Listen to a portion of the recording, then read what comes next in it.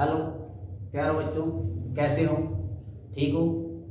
आज हम ऑप्टिक्स की अपनी 24 क्लास करेंगे। आज हम अपनी ऑप्टिक्स को कंप्लीट करेंगे।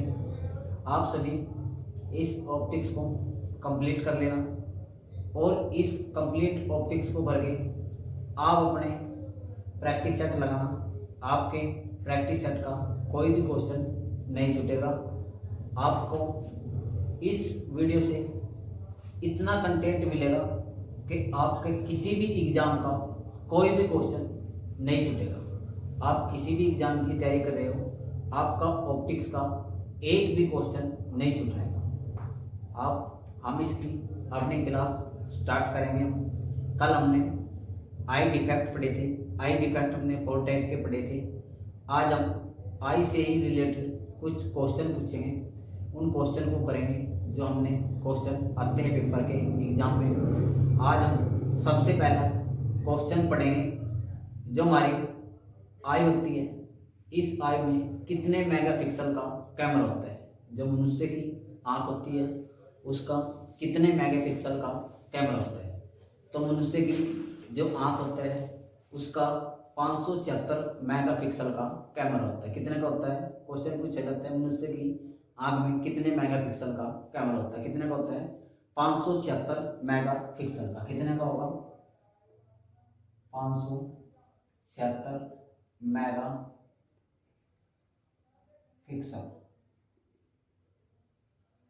कितने का होगा? 576 मेगापिक्सल का।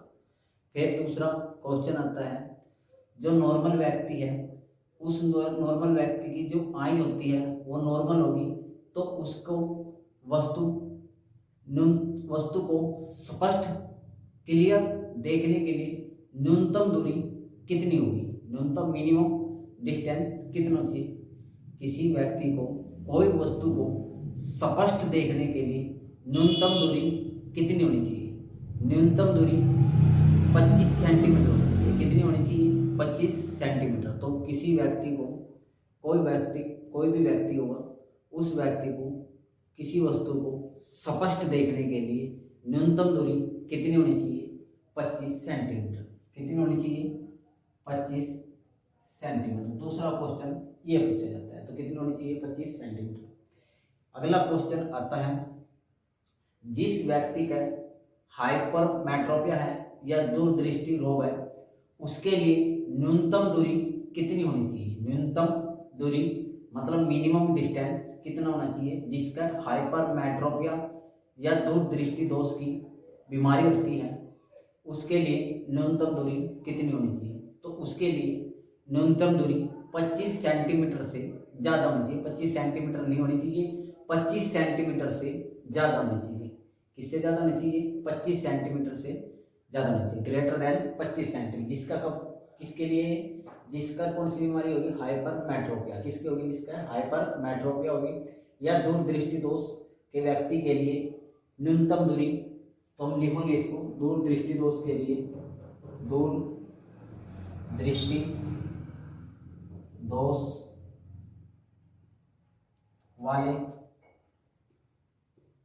व्यक्ति के लिए न्यूनतम मिनिमम डिस्टेंस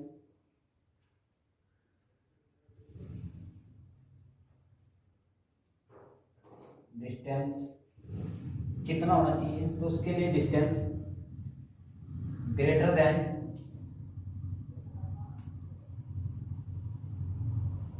25 सेंटीमीटर। 25 सेंटीमीटर से क्या होना चाहिए? ज़्यादा होना चाहिए। जिसका कौन सी बीमारी होगी? दूरदृष्टि दोष। इससे हम आगे पढ़ेंगे। इसी में हम कुछ इसी के बारे में लिखूंगा मैं। नॉर्मल आई, एक तरफ लिख लो नॉर्मल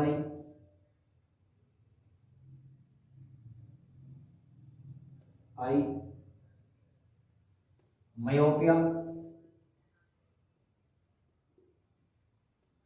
इधर लिख लो हाइपरमेट्रोपिया।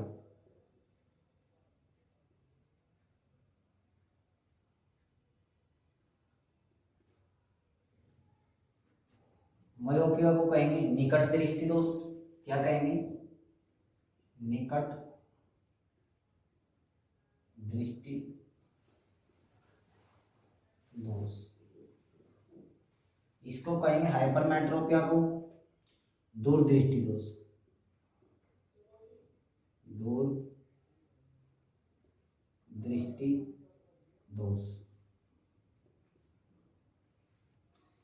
इसके लिए एक तो नियर पॉइंट देखेंगे कहां होगा,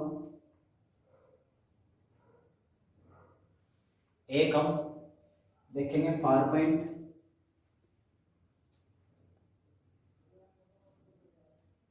ऐसे इसके लिए भी नियर पॉइंट,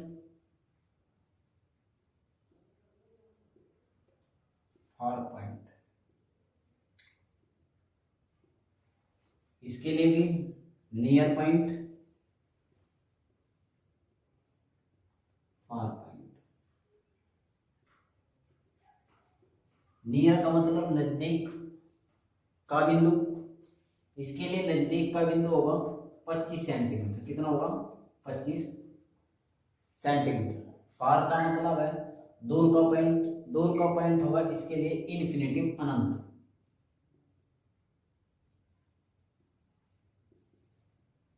अनंत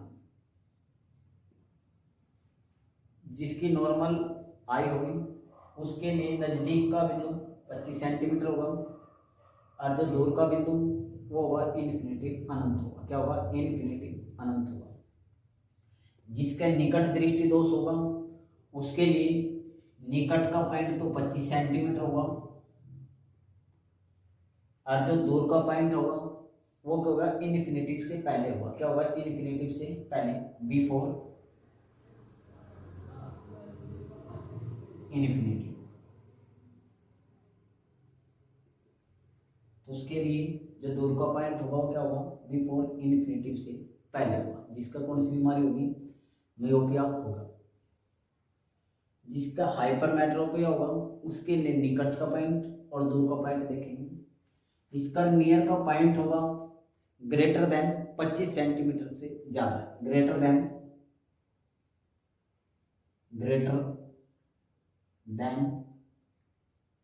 25 सेंटीमीटर से।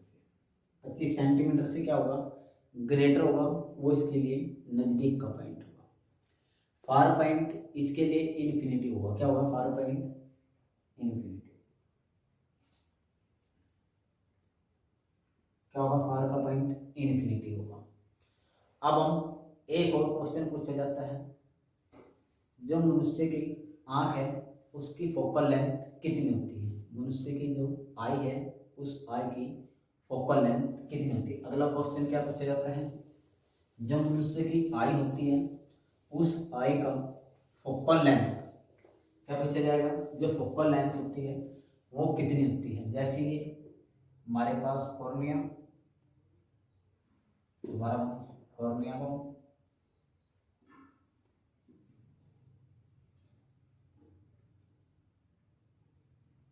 ये लेंस, ये लेंस से क्या बनती है? प्रतिबिंब रेटिना पे ये दूरी पूछी जाती है, इस दूरी को कहते हैं फोकल लेंथ। क्या कहेंगे? Focal length. मनुष्य के पूछा जाएगा मनुष्य की जो आंख है उसकी फोकल लेंथ कितनी होती है? तो इसकी फोकल लेंथ कितनी होगी हमारे पास? 1.7 सेंटीमीटर। क्या होगी? 1.7 सेंटीमीटर। जो मिलीमीटर में करेंगे इसकी फोकल लेंथ को तो मिलीमीटर में कितनी हो जाएगी? 17 मिलीमीटर। कितनी हो जाएगी? मिलीमीटर में पूछा जाएगा तो कितनी होगी? 17 मिलीमीटर। कितनी होगी? 17 मिलीमीटर। अब हम लेंस की क्षमता को पढ़ेंगे। क्या पढ़ेंगे? जो लेंस है, पावर ऑफ लेंस। क्या पढ़ेंगे? Power of lens. लेंस की क्षमता को किस में मापते हैं? तो लेंस की ये भी पूछा जाता है, लेंस की क्षमता को हम किस में मापते हैं? डायप्टर में मापते हैं। किस में मापते हैं? डायप्टर में। तो लेंस की क्षमता को किस में मापते हैं? Power of lens. Power of lens. Lens की क्षमता डायप्टर में। किसमें?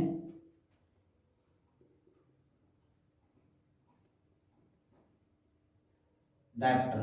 इसको हम डी से डिनोट करेंगे। किससे डिनोट करेंगे? डायप्टर को डी से डिनोट करेंगे। लेंस की क्षमता पूछा जाता है, किस में मापते हैं? हमेशा डायप्टर में मापते हैं। किसे मापेंगे? हमेशा डायप्टर में मापेंगे। तो इस पे न्यूमेरिकल आता है कि भाई पावर की जो पावर है, पावर निकालने का फार्मूला होता है 1 / फोकल लेंथ, और जो फोकल लेंथ है वो हमेशा मीटर में लेते हैं। पावर निकालने का फार्मूला क्या होता है? 1 / फोकल लेंथ। क्या होता है? 1 / फोकल लेंथ। और जो लेंथ है, फोकल लेंथ जो हम लेते हैं वो हमेशा में किस में लेंगे? हम मीटर के अंदर लेंगे। किसके अंदर लेंगे? मीटर के अंदर। तो इसमें क्या आते हैं? न्यूमेरिकल ही आते हैं। क्या आते हैं इसमें? न्यूमेरिकल। न्यूमेरिकल कैसे आएगा? कोई लेंस दे दिया, उस लेंस की हमें फोकल लेंथ दे दी। क्या दे दी? Focal length. जैसे फोकल लेंथ हमको दे दी 25 सेंटीमीटर। कितनी दे दी? 25 सेंटी। कोई लेंस दे दिया, या उत्तल दे दे या अवतल दे दे, उसकी हमें क्या दे देगा? फोकल लेंथ दे देगा। फोकल लेंथ दे दी 25 सेंटीमीटर। कितनी दे दी? 25 सेंटीमीटर। तो इसकी क्या पूछी जाएगी? पावर। क्या पूछी जाएगी? इसकी पावर। पावर निकालने का फार्मूला हमारे पास क्या है? 1 / फोकल लेंथ। और फोकल लेंथ हमेशा किस में लेंगे? मीटर में लेंगे। हमेशा फोकल लेंथ को किस में लेंगे? मीटर में। तो हम इसके अंदर वैल्यू टेकेंगे 1 / फोकल लेंथ कितनी दी है? 25 सेंटीमीटर। क्या है? 25 सेंटीमीटर। सेंटीमीटर को किस में बदलेंगे? हम मीटर में बदलेंगे। किस में बदलेंगे? मीटर में। जब मीटर में बदलते हैं सेंटीमीटर को, तो हम कितने से डिवाइड कर देते हैं? 100 से डिवाइड कर देंगे। तो इसको 100 से जब डिवाइड करूँगा तो ये पलट के संख्या कहाँ चल जाएगी? ऊपर।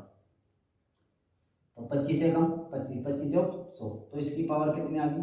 4 डायप्टर। पावर कितनी आ गई? 4 डायप्टर। क्या आ गई पावर इसकी? 4 डायप्टर। तो ऐसे क्वेश्चन भी पूछे जाते हैं। इसके क्या पूछे जाते हैं? क्वेश्चन। इसी में हम आगे चलेंगे।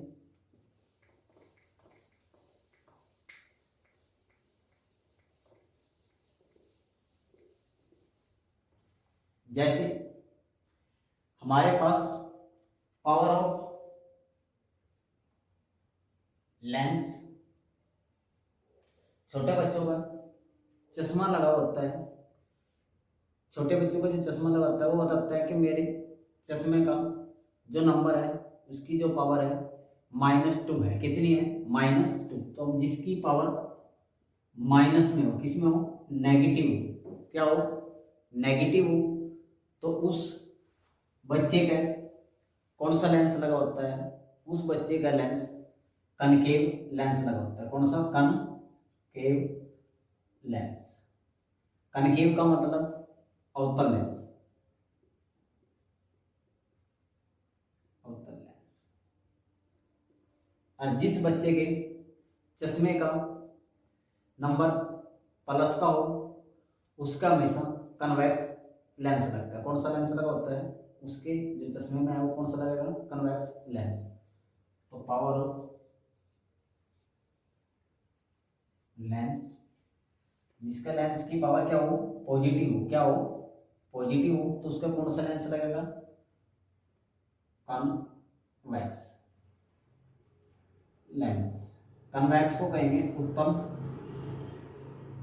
लेंस।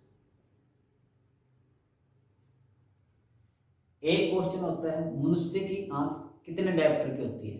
मनुष्य की जो आंख है वो कितने डायप्टर की होती है? मनुष्य की जो आंख होती है वो कितने डायप्टर की होती है? वो 60 डायप्टर की। कितने डायप्टर की होती है? 60 डायप्टर। मनुष्य की आंख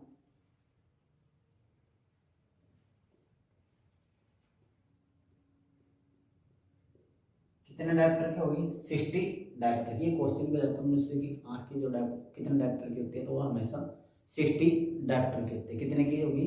60 डायप्टर की। पूछा जाता है ये जो लेंस है किसके बनाए जाते हैं? ये लेंस हमेशा फ्लिंट ग्लास के बनाए जाते हैं। फ्लिंट कांच के बनाए जाते हैं। किसके बनाए जाएंगे? फ्लिंट कांच के। तो जो ये लेंस है, लेंस किसके बनाए जाएंगे? फ्लिंट कांच के। किसके? फ्लिंट ग्लास के। ग्लास के। किसके बनाए जाते हैं लेंस? फ्लिंट ग्लास के। जो फ्लिंट ग्लास है उसके बनाए जाते हैं। इनका रिफ्रैक्टिव इंडेक्स हाई होता है। क्या होता है? इनका रिफ्रैक्टिव इंडेक्स हाई। अपवर्तनांक क्या होता है, हाई होता है फ्लिंट ग्लास का। रिफ्रैक्टिव इंडेक्स हाई, इनका रिफ्रैक्टिव इंडेक्स क्या होता है, हमेशा हाई होता है। क्या होता है, रिफ्रैक्टिव इंडेक्स हाई होता है।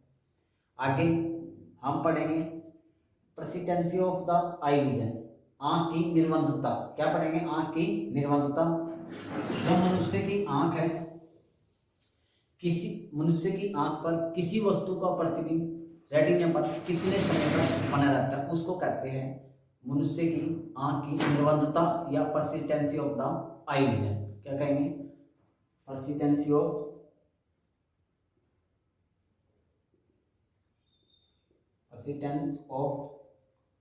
आई विजन, आंख की निर्बंधता।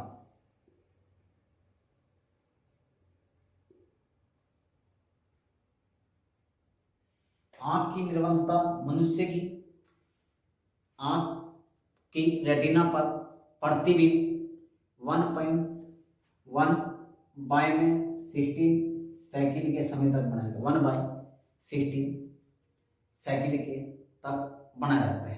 रेटिना पर कितने समय तक बना रहता है, 1/16 सेकंड। ये यूपीएससी में भी आया हुआ क्वेश्चन है कि मनुष्य की आंख पर जो प्रतिबिंब है वो कितने समय तक बना रहता है, 1/16 सेकंड तक। कितने तक, 1/16 सेकंड तक। अगला क्वेश्चन है, इसी में ही पूछा जाता है अगला क्वेश्चन एक और, वाटर की जो ड्रॉप है, वाटर की जो ड्रॉप है वो किसकी तरह बिहेव करती है। वह हमारे पास कन्वेक्स लेंस की तरह बिहेव करती है। जो वाटर की ड्रॉप है वह किसकी तरह बिहेव करती है, वह कन्वेक्स लेंस की तरह। किसकी तरह बिहेव करेगी, कन्वेक्स लेंस की। तो हमें अगला क्वेश्चन आया, ये भी यूपीएससी में ही आया 1995 में। कितने में आया, 1995 में। जो पिछला आंख की निर्बंधता है ये आया सन 2000 में। किसमें आया, सन 2000 में आया। तो ये question, water drop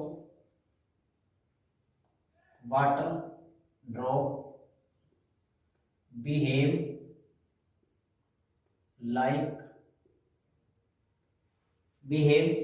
like in convex lens. किसकी तरह बिहेव करती है, वह कन्वेक्स लेंस की तरह बिहेव करती है। किसकी तरह बिहेव करेगी, कन्वेक्स लेंस की तरह बिहेव करेगी। एक और क्वेश्चन आता है इसी में कि भाई पानी के अंदर हवा का बुलबुला किसकी तरह व्यवहार करता है। पानी के अंदर हवा का बुलबुला किसकी तरह व्यवहार करता है, वो कनकेव लेंस की तरह व्यवहार करेगा। किसकी तरह बिहेव करेगा, कनकेव लेंस की तरह। तो हम लिखेंगे इसी भी क्वेश्चन, ये भी क्वेश्चन इंपोर्टेंट है। Air bubbles behave like in concave lens inside the water drop। Water drops के अंदर हवा का बुलबुला कनकेव लेंस की तरह व्यवहार करता है। किसकी तरह व्यवहार करता है, कनकेव लेंस की तरह वो क्या करेगा, व्यवहार करेगा। दूसरा क्वेश्चन, खाली वाटर ड्रॉप आ जाए, क्या आ जाए, खाली वाटर ड्रॉप आ जाए, उसके अंदर हमारा बिहेव करेगा किसकी तरह, कन्वेक्स लेंस की। जो वाटर ड्रॉप है वो किसकी तरह बिहेव करेगी, कन्वेक्स लेंस की तरह। ये थोड़ा सा यंत्र है, ध्यान रखना इस चीज का। अब हम इसी में ही आगे जो न्यूमेरिकल आते हैं वे न्यूमेरिकल करेंगे। जैसे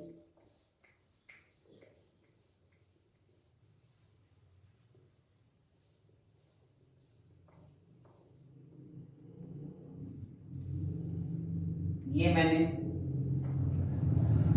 दो लेंस बना ली, एक लेंस ये बनाया। ये कौन सा है हमारे पास, कन्वेक्स। ये भी क्या है हमारे पास, कन्वेक्स। न्यूमेरिकल पूछे जाते हैं, क्वेश्चन पूछे जाते हैं तो कन्वेक्स, पहले कन्वेक्स लेंस की जो फोकल लेंथ है वो फोकल लेंथ थी 20 सेंटीमीटर, कितनी थी सेंटीमीटर। जो दूसरा लेंस है इसकी फोकल लेंथ हमको दे दी 40 सेंटीमीटर, कितनी दे दी 40 सेंटीमीटर। क्वेश्चन क्या पूछा जाएगा, कॉम्बिनेशन ऑफ द पावर का, पावर का क्या निकालना, कॉम्बिनेशन, कॉम्बिनेशन ऑफ पावर क्या निकालना, पावर का कॉम्बिनेशन। पावर लिख के नीचे सी का मतलब होगा कॉम्बिनेशन, पावर ऑफ कॉम्बिनेशन निकालना है, क्या निकालना, पावर ऑफ कॉम्बिनेशन। तो हम पहले की ये F1 है इसकी पावर निकाल लेंगे, फिर F2 है इसकी पावर निकाल लेंगे। तो पहले की पावर हम क्या निकालेंगे, हमारे पास P1 पावर निकालने के लिए 1 bye focal length, focal length हमेशा किस में लेंगे, मीटर में, किस में लेंगे, हमेशा मीटर में लेंगे। तो power P1 is equal to 1 by कितने हैं 20 सेंटीमीटर, कितना है 20 सेंटीमीटर। सेंटीमीटर को मीटर में बदलेंगे तो बटे में 100 लगेगा, वो 100 कहाँ चल जाएगा ऊपर की ओर, तो 20 पंजे 100, तो कितने डायप्टर आएगी 5 डायप्टर। ऐसे P2 निकालेंगे, P2 निकालने के लिए 1 बाय इसकी कितनी दे रखी है हमारे पास 40 सेंटीमीटर, कितनी दे रखी है 40, 40 नीचे आ जाएगा सेंटीमीटर में, तो मीटर में ऊपर क्या हो जाएगा 100 आ जाएगा, इसके 1 0 से 1 0, तो ये कितना आ गया कट के 2.5 डायप्टर। जब पावर ऑफ कॉम्बिनेशन निकालेंगे, क्या निकालेंगे, पावर ऑफ कॉम्बिनेशन, तो पावर ऑफ कॉम्बिनेशन निकालने का power P1 plus power P2। Power P1 कितनी है हमारे पास 5 डायप्टर, प्लस दूसरे की कितनी दे रखी है हमको 2.5 डायप्टर, तो टोटल कितना आ जाएगा कॉम्बिनेशन 7.5 डायप्टर, क्या आ गया 7.5 डायप्टर।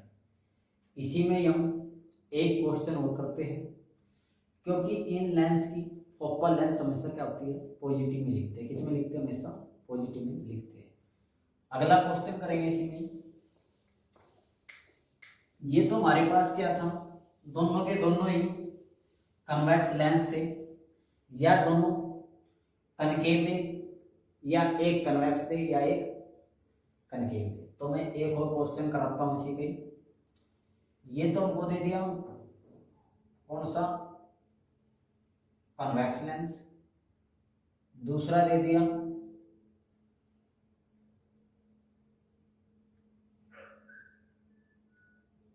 ये हमको दे दिया इसके साथ कौन सा कनकेव लेंस, इसकी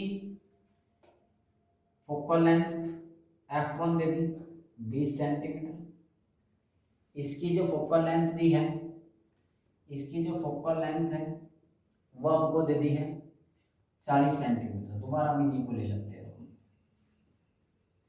ठीक है। इसमें क्या पूछा जाएगा, पावर ऑफ कॉम्बिनेशन, क्या पूछा जाएगा, पावर ऑफ कॉम्बिनेशन निकालो। तो पावर ऑफ कॉम्बिनेशन निकालने के लिए पहले इसकी फोकल लेंथ की F1 है इसकी पावर निकाल लेंगे, फिर इसकी पावर, इसकी P1 निकाल लेंगे, इसकी P2। तो पहले P1 पावर निकाल लेंगे, P1 निकालने के लिए हम